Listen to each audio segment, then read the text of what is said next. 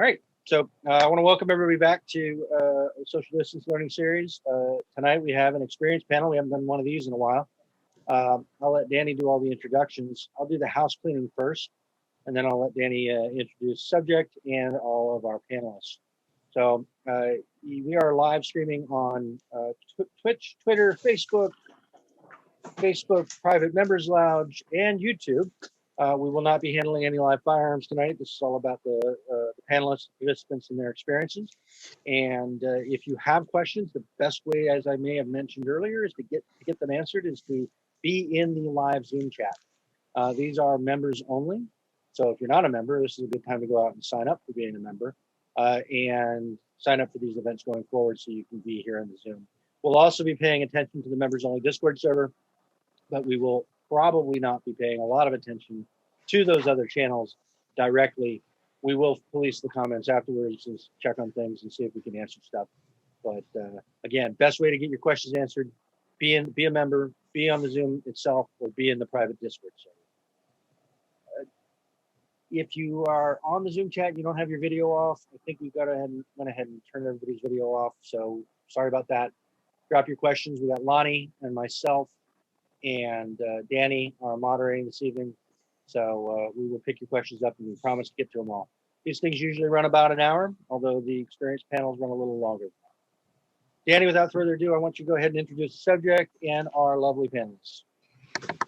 Yeah, thanks everybody for joining. Our experience panels started 11 months ago at the our virtual annual meeting that we had during COVID, and that started with the Women and Firearms panel. And since then, we've had a handful or almost two whole handfuls of very successful and enlightening experience panels. And as the national events coordinator, people kept bugging me for an LGBTQIA plus channel or experience panel. And I had a hard time getting it together. I had two volunteers who were always with me and said, whenever you're ready, we'll do it. And I finally have recruited enough people so that it's not just two people talking. So I'm very excited to have Sophia, Eris, Patty, Anthony, and Missy here with us. And we're going to talk about whatever comes up, but I'd love to start by having you guys introduce yourself, your gender pronoun, although they're on the screen. If you could just say them, that'd be great. If you want to let us know what state chapter you're a part of so that your fellow chapter members know to look for you. I'm not going to ask you like what town you're in. That might be a little too much information. And how you got involved in the gun community, if this is a new hobby, or if you've, grew up in a family with it and therefore, it's always been around. So how about we start with Patty? All righty. I'm Patty. I live in Kentucky. I am part of the attempting to form Kentucky chapter. My interest in firearms actually started when I was about, and I'm just guessing, I was about 6 or 7 maybe. And it started actually with archery. There was a place where Dad took me to play miniature golf. And there was this little garage building, and I walked by it, and there were all these pretty balloons on the back of the wall. And there was a little board across the front. It was like a one-car garage, and bales of hay on the back, and you could shoot arrows. And once I popped the first balloon, I was hooked. And so after that, Dad wanted to teach us to shoot. Started with me, 410 shotgun, said, you want to shoot this? And I said, yep. And I shot it, and it knocked me back a couple of steps. And I said, can I shoot it again? I was hooked right there. Dad would take me out shooting much less frequently than I wanted him to. And we finally moved to a farm. And when I was about 17, he quit locking the gun cabinet. And so I had access to things and the original introduction, he wanted to try to turn me into a hunter. And just as a side note, I've been a vegetarian for 47 years now. So it didn't work, Dad, sorry. But it was, there was an aspect of self-defense always about it, because we lived way out in the boonies and all that stuff. There was no calling the police and having them show up in 10 minutes or so.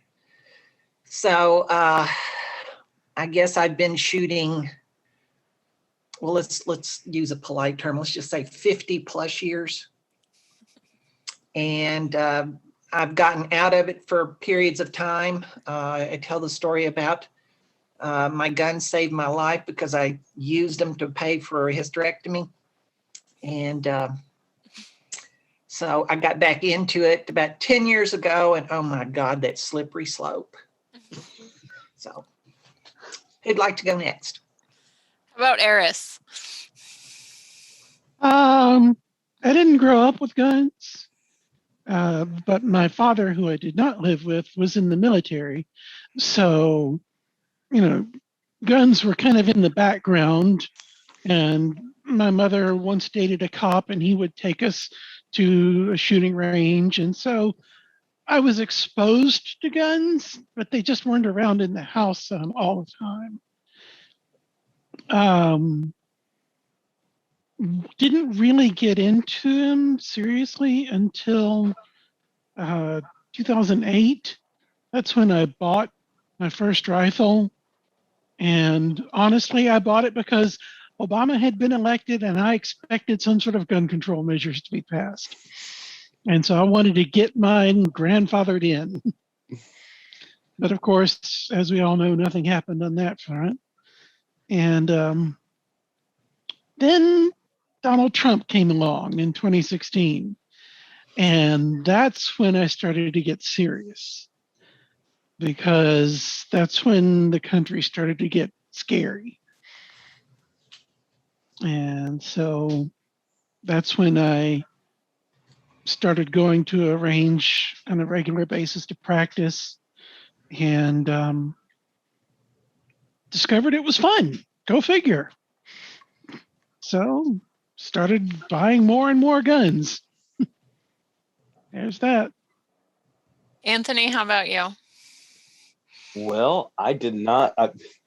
I'm here in Oklahoma, and we don't have a chapter yet because there's all of 12 of us here. I probably, I did not grow up in even though this is Oklahoma, I didn't grow up in like a hunting environment or family or anything like that. In fact, the first time I fired a gun was last year at age 38.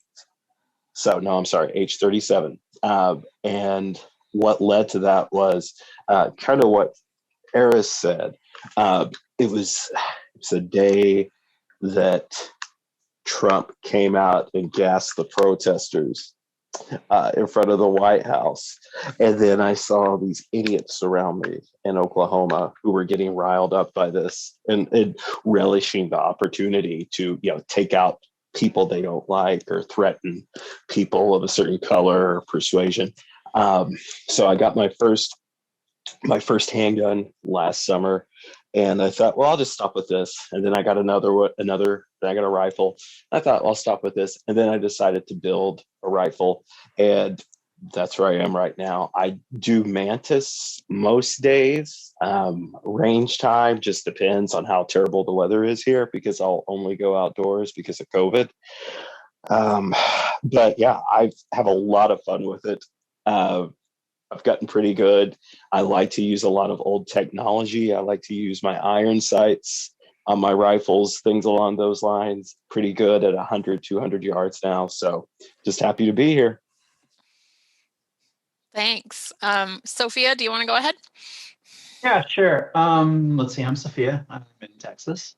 Didn't really grow up with guns. I had friends with guns and families had guns, and I'd shoot occasionally.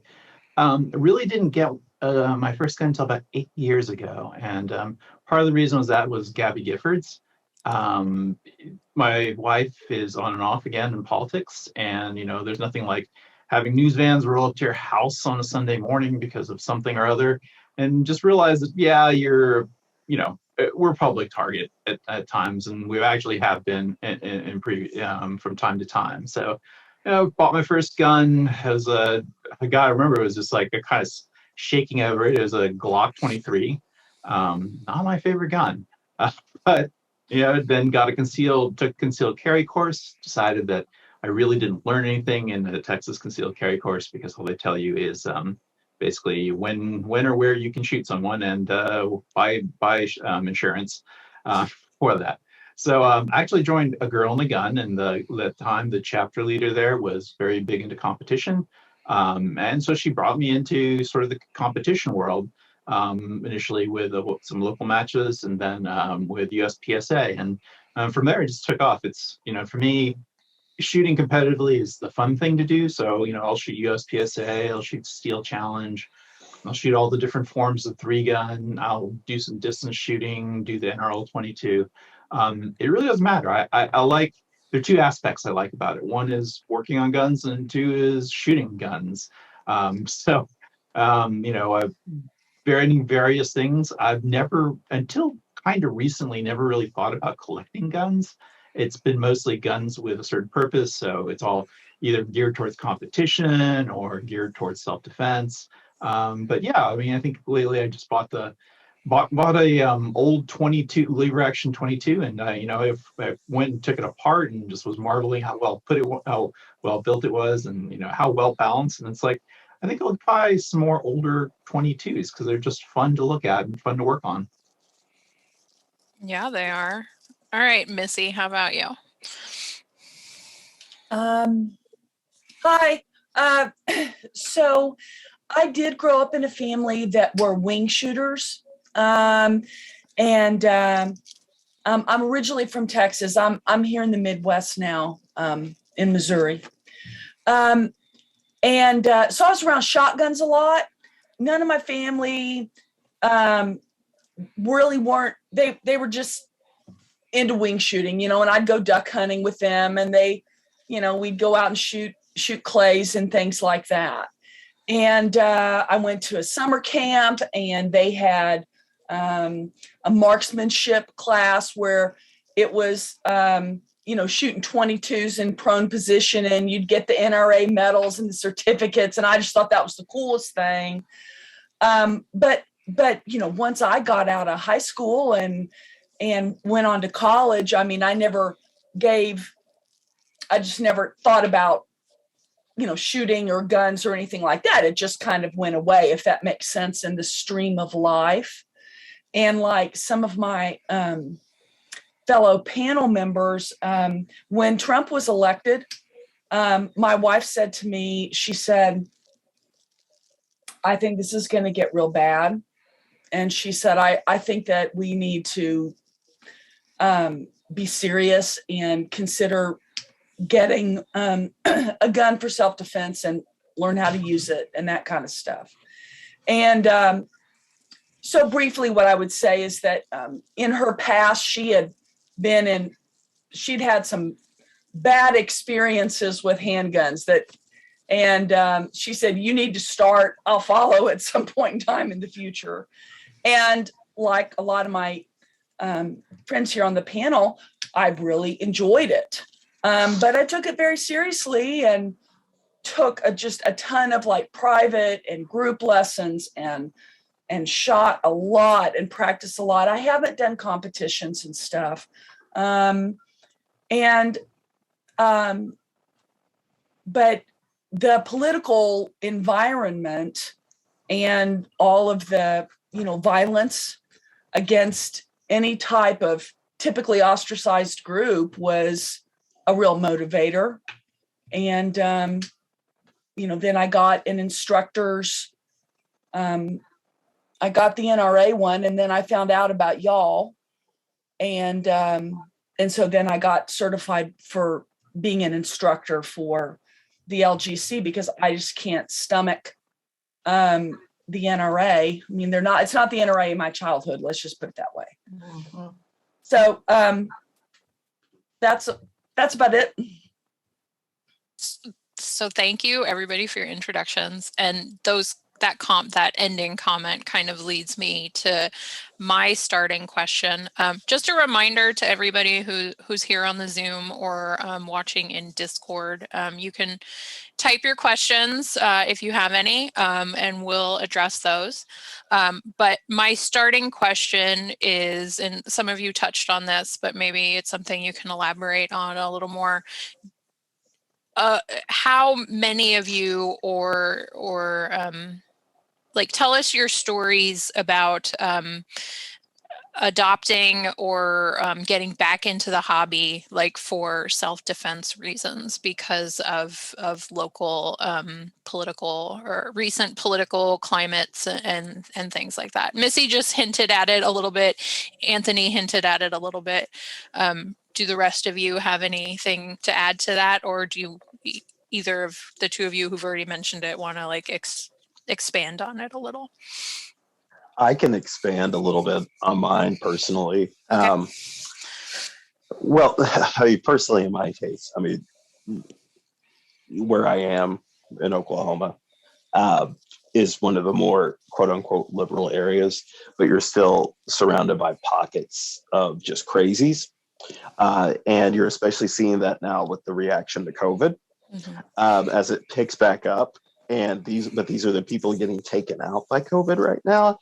And they are not, I will just say this, and also living in a state that has one of the worst mental health care systems. That also played a role into becoming armed, because so many of these Trump type people are just so unbalanced and so unstable. You never know what they're going to do.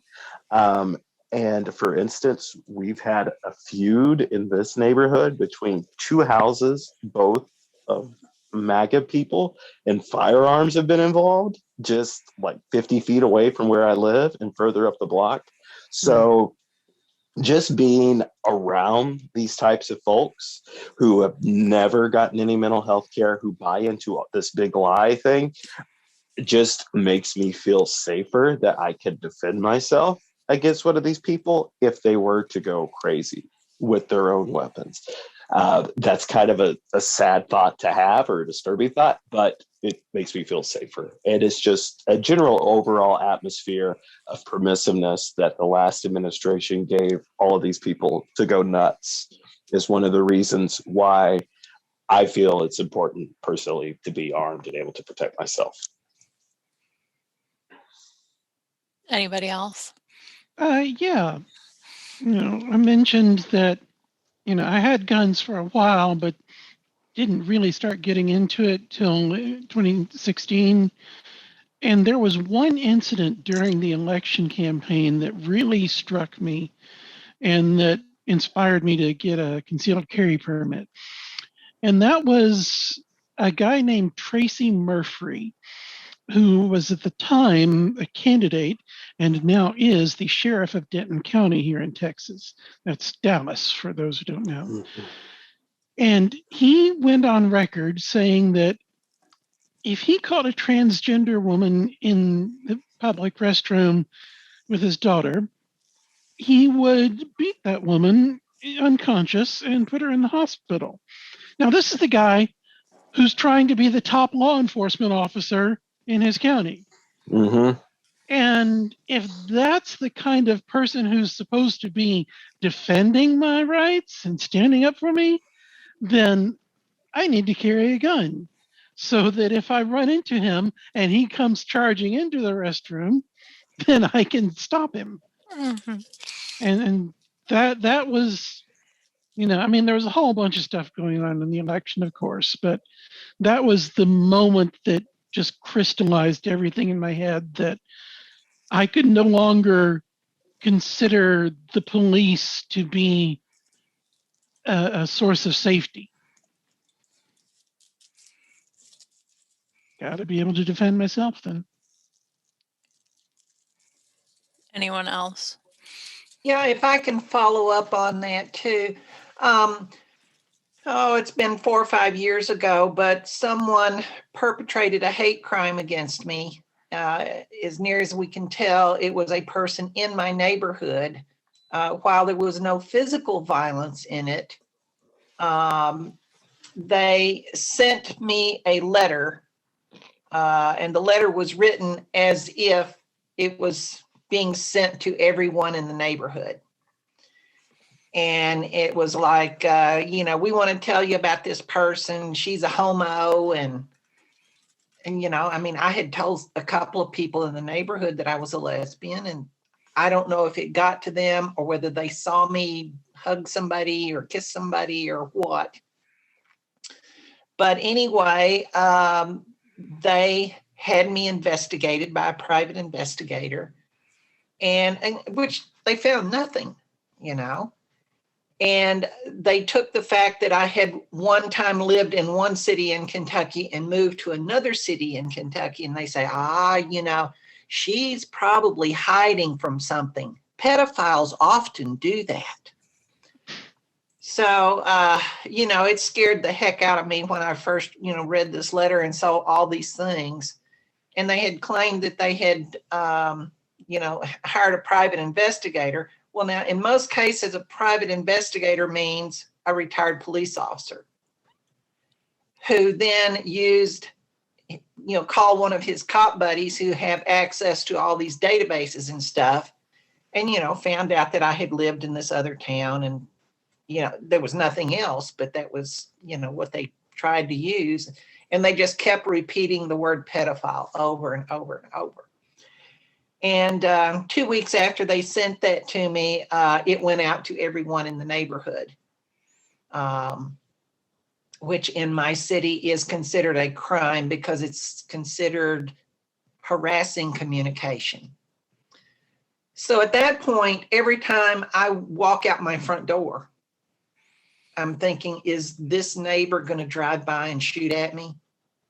Mm-hmm. And I went to visit a friend, a women's group that I'm in, met in a friend's house at the top of the street. And I would just walk. And I said, I am not going to let them scare me. But a whole lot of my courage came from the fact that I was carrying a pistol, and knew how to use it.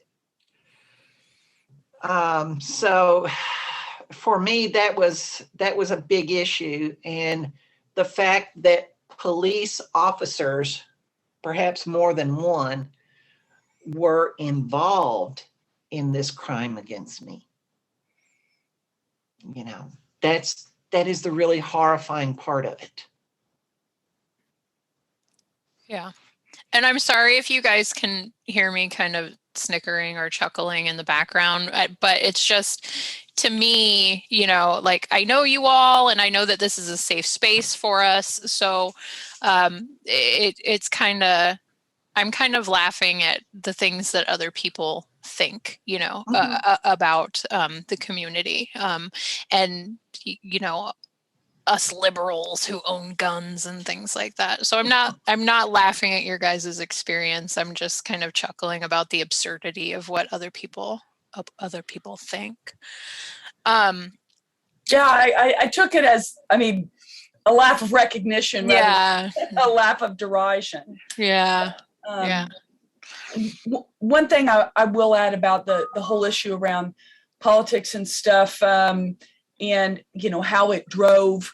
That is exactly why, as an adult, I never thought about,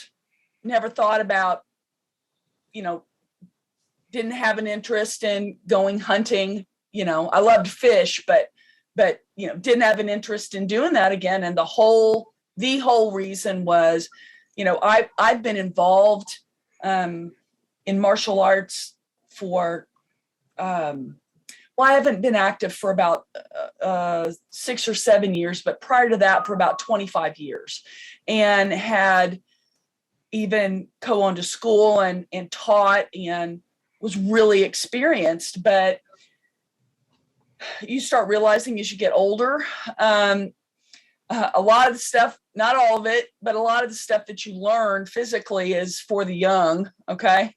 Oh. And, I played a lot of sports when I was younger, and in 2019 I had 2 knee surgeries, and it's amazing it took that long. So I'm not complaining, but what was so striking was just realizing things were changing here so quickly.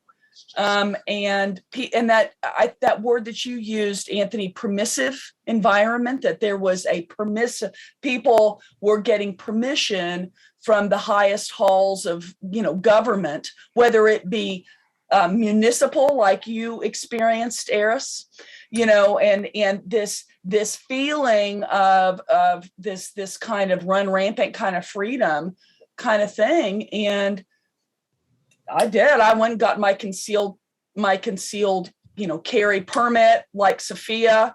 It's not much instruction. So if you're serious about self-defense, you've got to practice and get lessons and things like that. At least that's my opinion. But it is a sad commentary when someone's basically saying a bunch of bullpucky to you because of who you are or who you love. Used to just be words, and it's like not, the stakes have gotten too questionable, that it's escalated. So anyway, I don't want to yammer on. Well, I'll have to agree. I mean, but even before, so like I got a gun mainly because, it's being married to somebody who is in politics means you're in the public eye, and things like what happened to Patty, during an election, people being trans, they were trying to dig up our marriage records. They were sending flyers and sticking in mailboxes and all sorts of things like that. So, I mean, you're an open target, and, I live my life as an open book. I mean, I don't care if anybody knows that I'm trans. I don't, it's not something it's a big deal to me. But people are hateful, and there was a definite change. And, I compete a lot. I'm on the range a lot. A lot of people are on the far right side of the political spectrum, and the stuff they would say about Obama and just even law enforcement, just really terrible things. But it really did change after, the 2016 election, where they did feel like, yeah, we're going to just do, what we've been thinking and saying for the past, 8 years during the Obama administration. And so it's, so, I mean, like, politics played into my decision on, buying a firearm, learning to, shoot a firearm, practicing. Parts of it are fun. I'm also an NRA instructor. There are a lot of things I do like about it, but, the primary reason was for really self-defense, defense of my family, defense of my home. It's to me, it's crazy out there. I mean, I always carry, I carry a gun I carry a rifle in my truck when I'm driving around and taking long trips, because I just don't know what's going to happen. And I just don't trust people enough, that they don't have some sort of bad intent once they figure out, like, oh, you're one of them. Mm-hmm. Thanks everyone for sharing. I live in California, and so it's interesting to me to hear your guys' experiences, and it leads to one of our first questions. So most of you live in red states, or states that are more traditionally red. I see the nods going. I love it. So do you think there's a false sense of security for folks who live in more blue states than those of you guys that live in red states? I mean, do you think or know that maybe it's easier for people who live in Massachusetts or New York or California or Washington or, places like that? Do you think you guys have a harder time than other people? I don't. Here's the difference. A lot of the ones around here are just a lot of the people that you would be defending yourself against. Like, you're talking about people at the range and things along those lines. Once they find out that you have some way to defend yourself, or that you know something about a way to defend yourself, especially with firearms, they get very afraid of you and they leave you alone. Because here, and especially in this state that is so uneducated, the assumption is that if you are a liberal or someone on the left, you have no interest in owning a gun. You will not want a gun. You will never even fire a gun. You're afraid to even pick up a gun. When they find out that you have the political inclinations that you do, or the affiliations, and then they find out that not only are you okay with guns, but you own them and you might be kind of good with them and know a thing or two, that changes the dynamic in a place like this.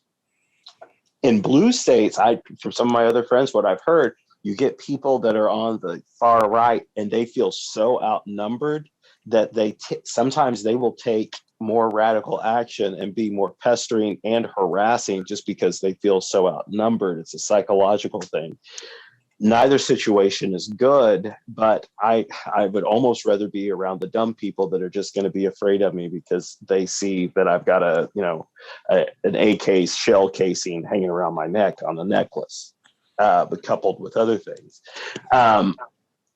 It scares them here and it frightens them because it breaks their brain. And in blue states, I don't know. And in a blue state, I wouldn't be able to have some of the stuff I have, most likely. Mm-hmm. So it's a trade-off for me personally. It really depends. I mean, here, like I said, I spent a lot of time at the range. I spent a lot of time with people on the politically far right. I never get harassed at the range. Why? I've got a pistol and like 80 rounds on my belt at the time. But I also spent about a year in a fellowship. Shot a lot at the Richmond Rod and Range, or Real Range Club over there. And yeah, I mean, I noticed people are a little bit more lax in California. So that I don't know whether it's, it's a false sense of security, but I really didn't feel as much, sort of the far right type thing. Even people who you were probably fairly conservative, they kept their opinions moderated. They didn't say the kind of things they say here in Texas, which were just blatantly racist or homophobic or transphobic. And the other data point I have is one of my friends in Maryland, granted it was an Annapolis, kind of southern, kind of liberal area, sort of maybe, but she was killed in the Capitol Gazette mass shooting. And to me, it's like, I don't know. I just don't see any places being particularly safe. Anything can happen at any time. And, it's just part of, being aware because of who you are. I'm I'm immigrant. I don't go around trying to be, one thing or the other to fit into a specific mold. So I always feel like I have to be prepared for, the worst situations, and somebody wants to have the worst day of their life. It's a good way to look at it. I do think that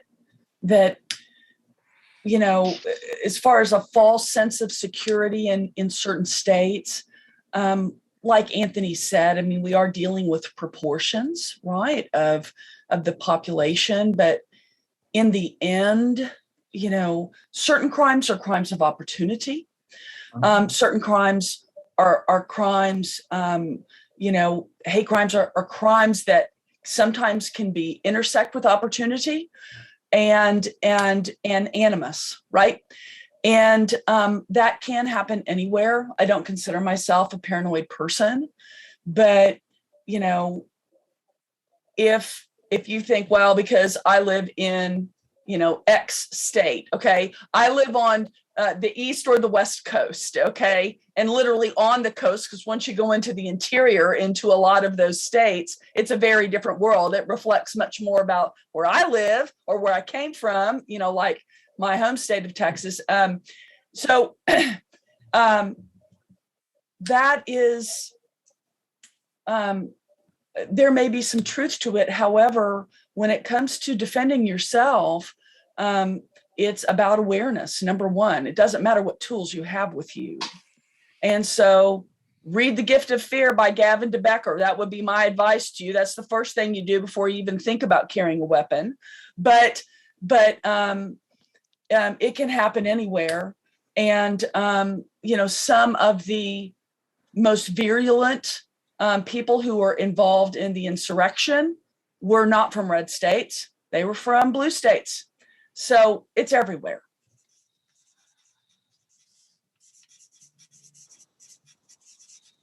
Yeah, along that same line, the first person to enter the Capitol was just a few miles away from my hometown. And it turns out we have a mutual Facebook friend, which is pretty freaking scary. That is really scary. So one of our questions that came from a Zoom panelist, sorry, it's a little long. I'm trying to paraphrase it. So we're all LGC members, so we know that this is a safe place. And when we go to like LGC sanctioned events and things like that, we know that we're going to have a diverse group of people. You mentioned, Sophia, the Richmond Rod and Gun Club, and I've shot there before. For those of you that aren't familiar with the geography of California, it's right outside of San Francisco. Some of the people that were in my class commuted from San Francisco and got there in like 15 minutes. So I knew going to a class there that I was going to have a diverse group of people with me, and probably not be the only woman, and I wasn't. But one thing that stood out to me was that someone in the class was trans, and the instructor kind of seemed a little bit oblivious to that, which made me uncomfortable, and I wasn't even, the person who was being identified improperly. So it kind of made me interested in becoming an LGC instructor, just in hopes of being somebody that was more sensitive to what other people are going through, and the fact that not everybody's there for the fun and sport of shooting, but also because, some people really are only into shooting. They're only interested in guns and shooting as a form of self-defense, and maybe they're still a little tentative about that. So this person that posted the question said that they are interested in reaching out to traditionally marginalized communities, and they want to know what tips you might have for them as an instructor, to help those who are unarmed or unfamiliar, and people that don't or can't or are worried about going to like NRA trainings. Like what tips do you have for us? Or what things have worked really well for you in a class, or reaching out to your friends or things like that? Anything you can add to that. One thing You're fine. One thing that I would mention is that the local chapter here in my city of the Pink Pistols recently, this was before the Delta variant. It was just maybe 3 months ago when it was like another world. But they had a kind of a introductory kind of just a meeting at a they were they called and offered to just talk a little bit about like guns and gun safety and those types of topics at an LGBT plus community center. And there were people who came. I wasn't able to make that particular meeting, but I'm sharing that to say that there were people that came. And I think that the purpose of a community center is to serve the community, and not everyone in the community, meaning if people don't want to come to that meeting, they don't have to. because there are varying feelings about firearms and stuff like that. So that might be one way that you could reach out if you're looking at, the LGBTQIA community.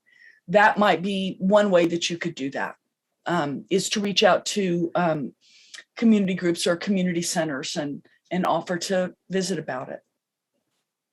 Well, I started with a girl and a gun, and I did things with the chapter, being an instructor. The reason why I became an instructor too, as well.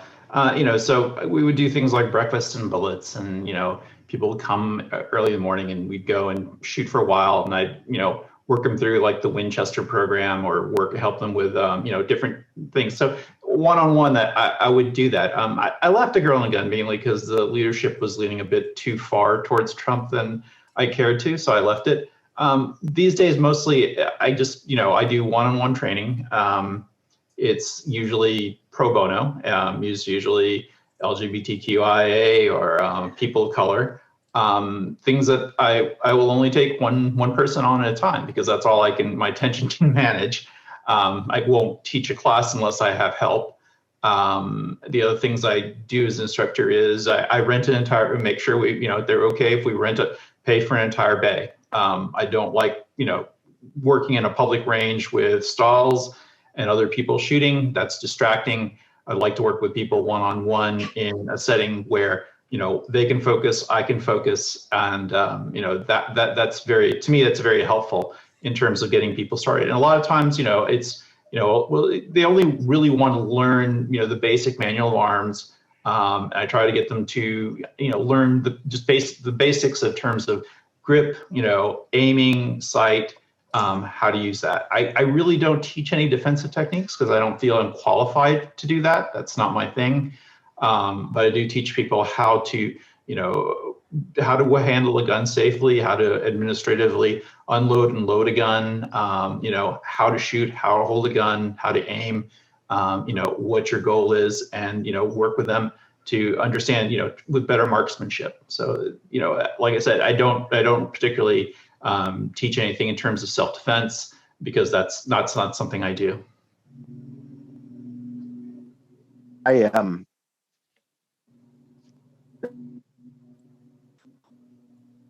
Oh no, did Anthony lag out?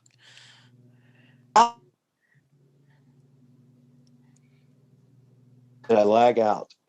There you are. Okay, good. Am I good? You are good. You sound good. Okay, good. The power here has been doing weird things along with the cable because we're having lightning. But what has worked for me personally, I know Danielle's friends with me on social media. I'm pretty open about what I go do at the range. Like I'll post my results, I'll post my targets, things like that for my friends, because there's no one on my social media that is on the right, because I blocked all of them because I'm done giving a shit. So I post that stuff all the time.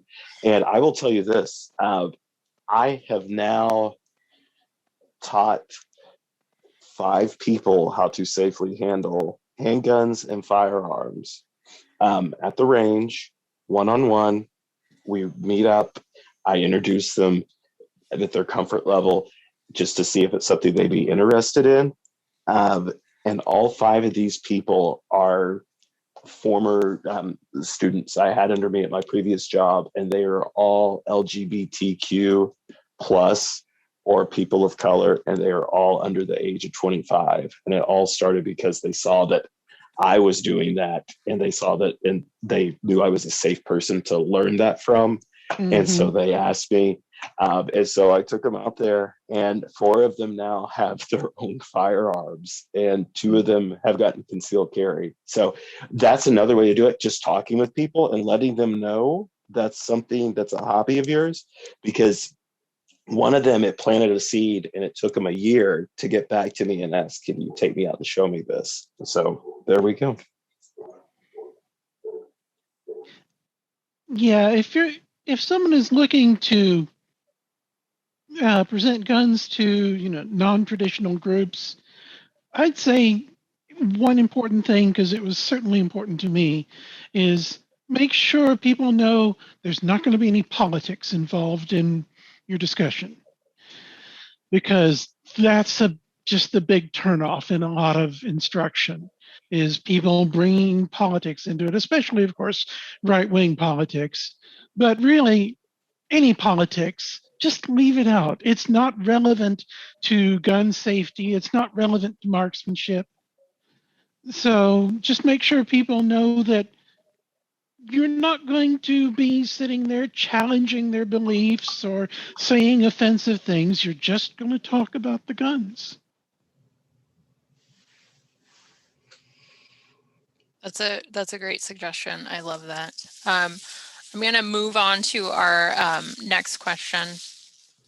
Somebody states that they're a relatively new gun owner. And like many of us, I'm sure, they have friends who are justifiably afraid of firearms for whatever reason. They've found it difficult to speak with many of their friends about guns, even though many of them are afraid of right-wing reactionaries. But this person has found that having firearms has given them the confidence to take their power back. And they really would like to share that with their sometimes apprehensive friends. So how do you, if at all, talk to your friends about firearms without making them feel uncomfortable? And maybe because you identify as a member of one of these traditionally marginalized groups, do you find that maybe they listen or are more receptive to what you have to say? I'm actually involved in an online gaming group of women where there's a couple of us who are gun owners, but most of the people are not. One person is explicitly a pacifist even. And so talking about guns in that group can be touchy.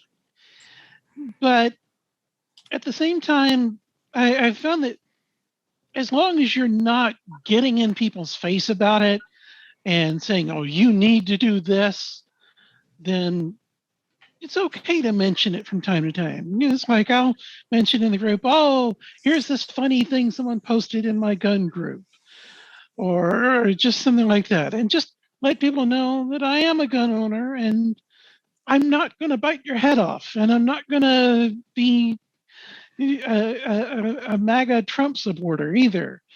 And the one person in the group actually did reach out to me before the election. She was thinking about getting a gun, and we talked about it. We talked about different guns, and I made it clear to her, look, I fully support you getting a gun, but you got to understand this is not something that's going to be a magic bullet.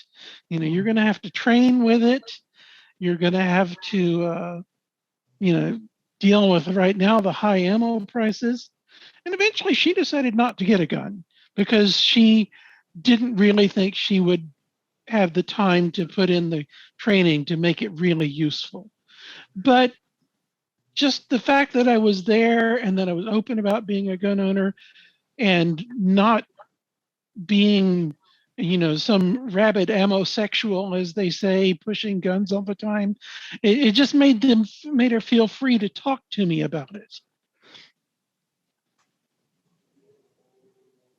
And part of it, I think, I had a really interesting conversation last summer when I first went down this path with the I'm forgetting his name now, the guy that runs Rocket Armory, that does the LGC lowers for us, because I had some questions about a build I was doing, and he just leveled with me at the beginning. He said, you said you're new to this. He said, I just want to tell you. He said, I want to let you know that this can be an extremely toxic hobby when you look at a lot of the people that are involved with it. And then, then I'm looking around and I'm seeing like Trump, lowers and stuff for sale, things that are now on sale on, arms list for half of what they were then. And I started to realize that, and that's when I had already joined LGC at that point.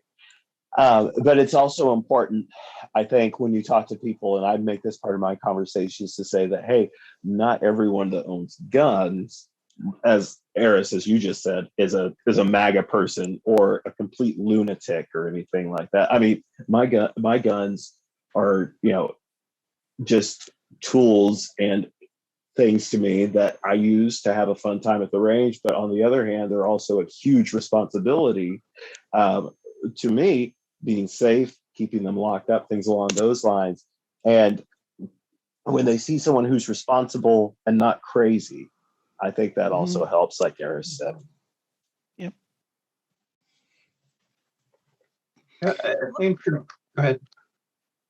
Well, along that same line, there's an acquaintance that I have who was at one time an employee of a major anti-gun organization. And I am now working with her to teach her to shoot and be able to defend herself. Mm-hmm. That makes me feel really good. I was going to say, for me, it's just, gun ownership is just part of my life. I don't hide the fact that, I go to matches. I like to shoot. Sometimes I'll post my targets. Sometimes I get really excited over gun stuff. I mean, but it's not the core of my, it's not the core thing of my life that people know me for, right? They know me for other things. So I think people, especially people in my neighborhood, folks in my neighborhood are fairly towards the left. I mean, we have community fridges, and people here are, we're not, the neighborhood I live in is not particularly liberal. It's actually fairly poor, but economically, but it's but people here, they're typically don't have guns, but they know that I do shoot, and they're a lot of times they'll come to me and say, hey, I'm interested in learning how to shoot. And a lot of times I ask them first is, why do you want to do this? And then I explain the responsibility of being a gun owner and all the other things that you need to do. You have to practice with this. You should take, courses and training. This will cost money. This is not a one-time solution just because, you and your boyfriend are having a really bad period. And, this is not what you want. This is maybe not what you think it should be.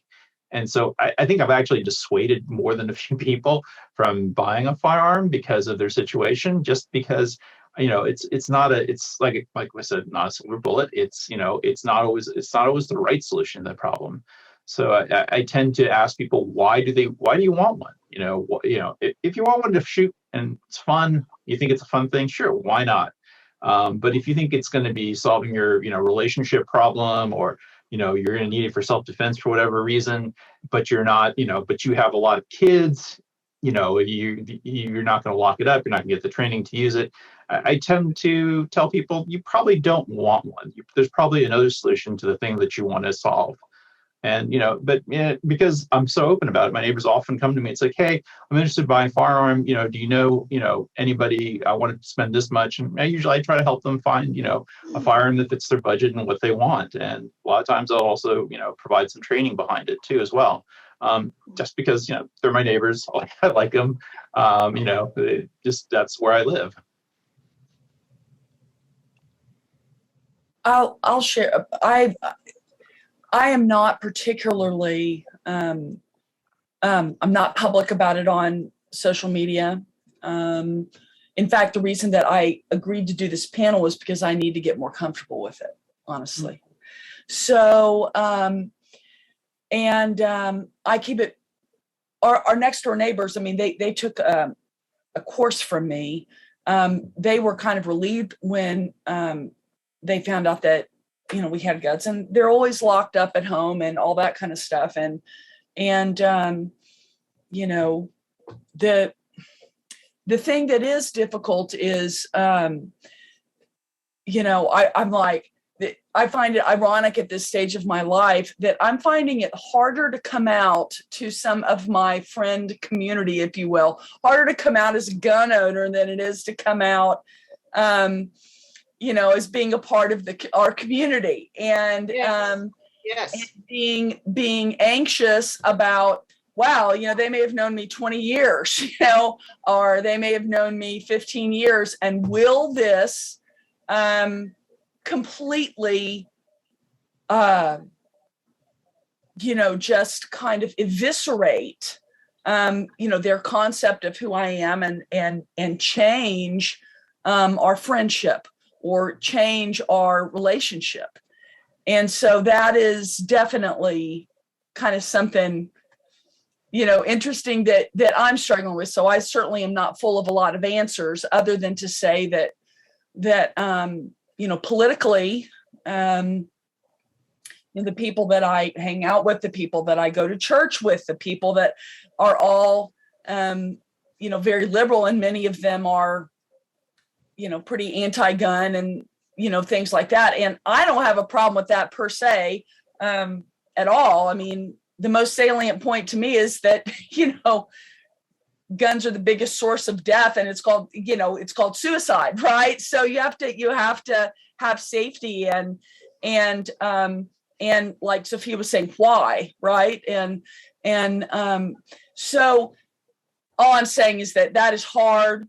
I don't have a lot of answers, other than it's hard for me. And that's part of the reason why I was doing this tonight, to get comfortable, talking about that, in an environment that is safe. And they're not going to think, is she some crazy, that kind of thing.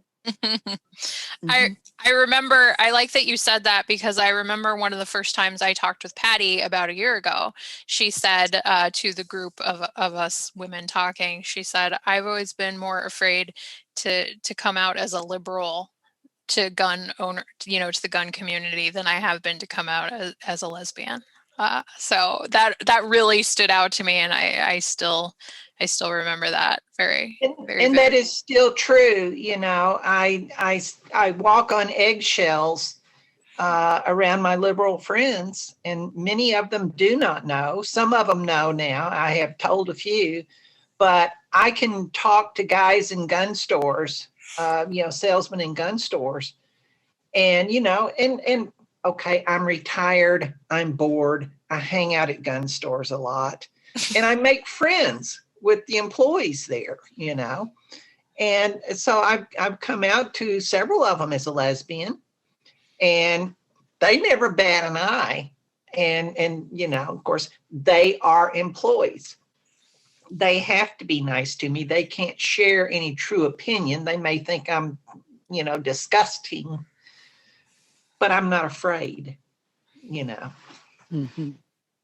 But as far as coming out, if somebody does find out, I have a whole list of things that I might go through, to kind of keep them from having their hair catch on fire or something. So I'm going to have Lonnie ask the next question, because I think I might phrase it wrong or not convey properly what's being asked. Sure. So this was my question. This goes back to presenting to marginalized groups, but the question I have is, should not being a member of the marginalized group stop you from attempting to make that bridge? So here in San Jose, we have a rather large gay, lesbian, gay, and LGBTQIA community, and we have the Billy Frank Center here in San Jose, which is really targeted at that particular population. Does it make sense for me as a cis male to go there and offer to talk a little bit about guns and gun safety, or is that just a step too far? I'd say it's actually, in my opinion, I'd say it's a very good thing, because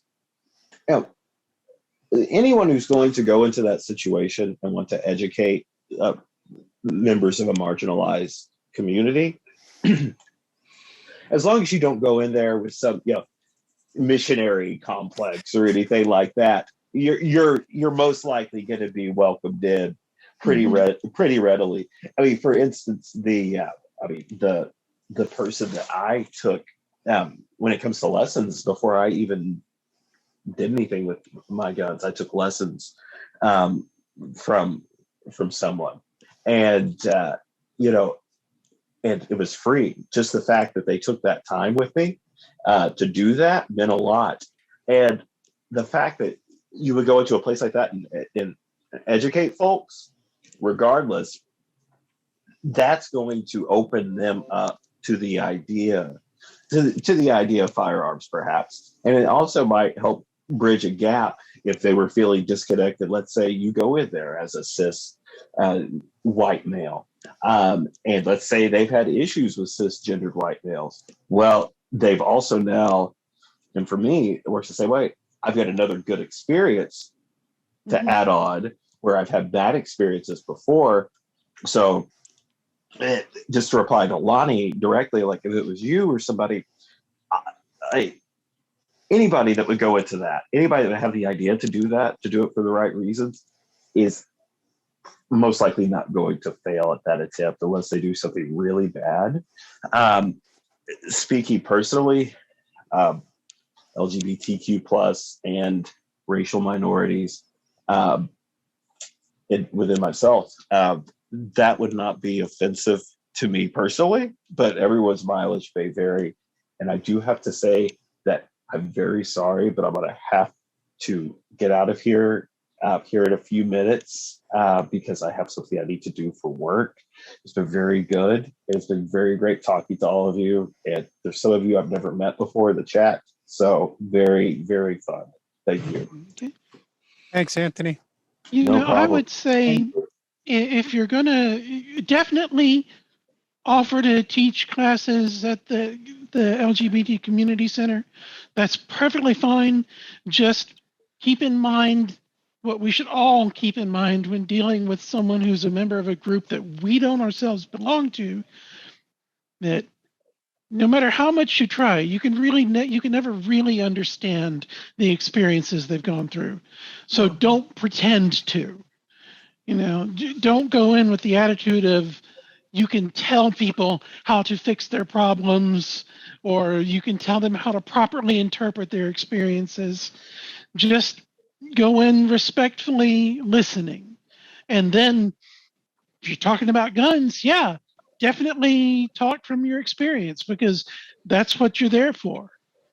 Just be mindful of other people's experiences may be very different from yours. Like I know someone who's trans, and many years ago we got into an argument because I did not know it. We were talking about guns, and I was just casually, blithely defending guns, and I didn't know it at the time, but turns out her father had once put a gun in her mouth and threatened to blow her head off. Oh, And so that's the kind of experience that can lead people to have very different opinions. And you need to be aware of that kind of disconnect that may come up in the conversations you're going to have. Great point, Eris. Great point. Thank you. that's a really good example of not only, you know, the fact that we all come from different backgrounds, but we all have different experiences that lead us to Mhm. you know, one way or the other. So I have one more question. Do you guys mind going for a few more minutes over? Sure. Okay. If anybody needs to leave, that's fine. Thank you. So somebody brought up, you know, when we talk about, you know, not talking about political discussion, you know, when it comes around to training and familiarization, but, you know, how do you guys feel about bringing up things like Bat Fee or DC versus Heller or Dred Scott as a part of an introduction to guns? Like I know, you know, a lot of cancel culture nowadays kind of wants to, you know, undo or not recognize some of our uglier histories. But you know, how do you guys feel about that, even though, you know, times have changed and you know what I'm getting at.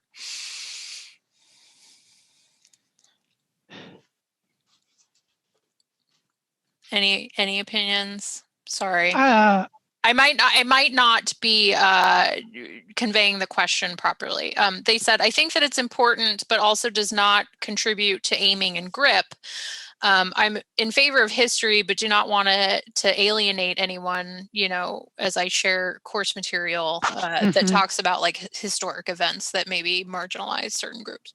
Yeah, I can see an example of that, like talking about the California Gun Control Acts and the Mulford Act that were passed pretty much explicitly to disarm the Black Panthers. And but of course a popular it ties into the idea that gun control has historically been implemented in racist ways. But if you don't word that exactly right, you get to come off as saying that gun control is racist. And that kind of implies people who want gun control are racist. And if you're talking to someone who comes from a background of never having been involved with guns and who has previously supported gun control, you could easily alienate that person because they're going to read it as you telling them that they are racist. So, yeah, talking about the historical context, it needs to be done delicately. I don't really know how to go about it, but it definitely needs a sensitive approach.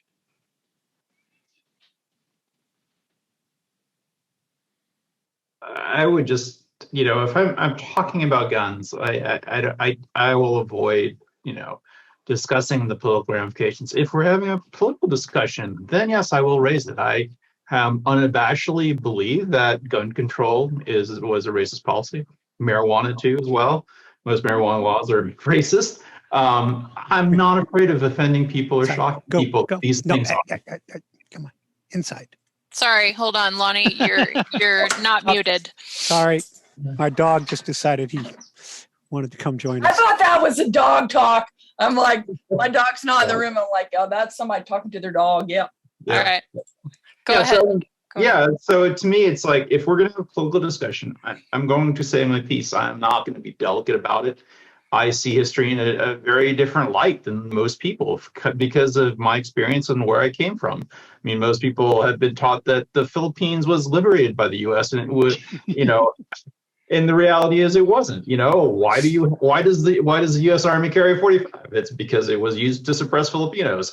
In at the end of the Spanish-American War. So I am more than happy to educate people if it is going to be a political discussion. If it is going to be a discussion about gun handling, learning how to shoot, leave the politics out. That to me is not part of it. But if you're having a discussion over something else it's like, should you have a gun? It's like, yeah, I'm very happy to engage in that.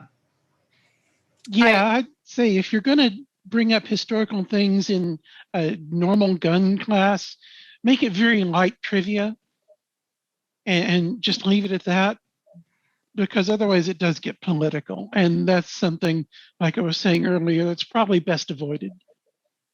I mean, if you look at like Appleseed classes, they do a lot of rah-rah, Revolutionary War stuff, which is great because the bad guy was super clear, right?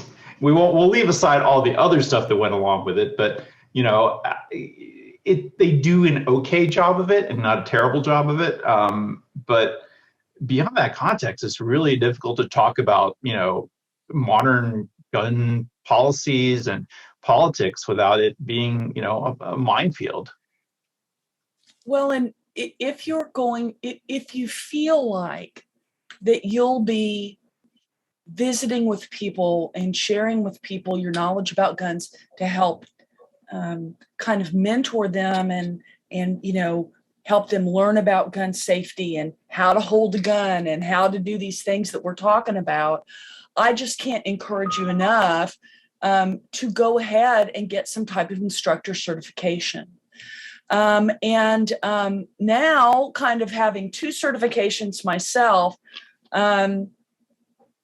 you know, frankly, the NRA does have good, their material is good. Now I've seen the liberal gun clubs, because now, you know, a few months ago, I got certified with that. And I can tell you, it's excellent. Neither of them bring up any of this kind of stuff in these basic, none of it is in there. And anyway, none of it's in there. And because it's not relevant to that individual conversation that day. And so if the conversation's going that way when y'all are visiting with people or whatever, I would just follow someone's, you know, get certified. It's not hard. And it's not terribly expensive. And get certified, and then you will have a course to follow. So if someone tries to take you down that path, you can easily re-steer it because you're following a curriculum, if that makes sense. And that gives you an easy out. Totally agree. Thank you for those. You brought up some points that I hadn't thought of before, so I think those were great answers. It looks like we lost Anthony. I know he was having some lightning. I want to direct your guys's eyes to the chat if you haven't looked at them. Everybody's posting a lot of appreciation for your comments and opinions and for having this topic. So I want to thank you all for your participation today. Again, this was many months in the making, so I'm glad we finally got it up off the ground and rolling.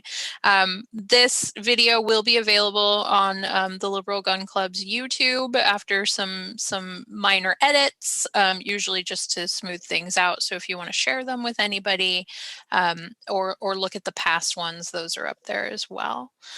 So thank you everyone for everybody who showed up in Zoom and all the great comments we got on Facebook, which were more support and thanks as well. Thanks to Lonnie for helping with the questions and Ed for making sure everything ran properly. So Sophia, Patty, Missy, Eris, and Anthony, thank you so much. It was a pleasure to have you here. And now I'm going to pass the mic to Ed so he can fade us out. I think the thunderstorms have subsided, so I should be able to stay online this time.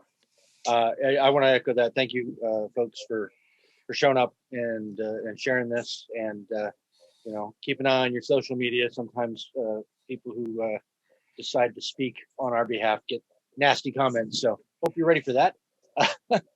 I do want to point out that you are, if you're not on the Discord server, there's a link in the channel in Zoom. You have to be a member, but announce yourself when you get there, and we'll make sure you get to the right place. Danny, thanks so much for making sure this happened.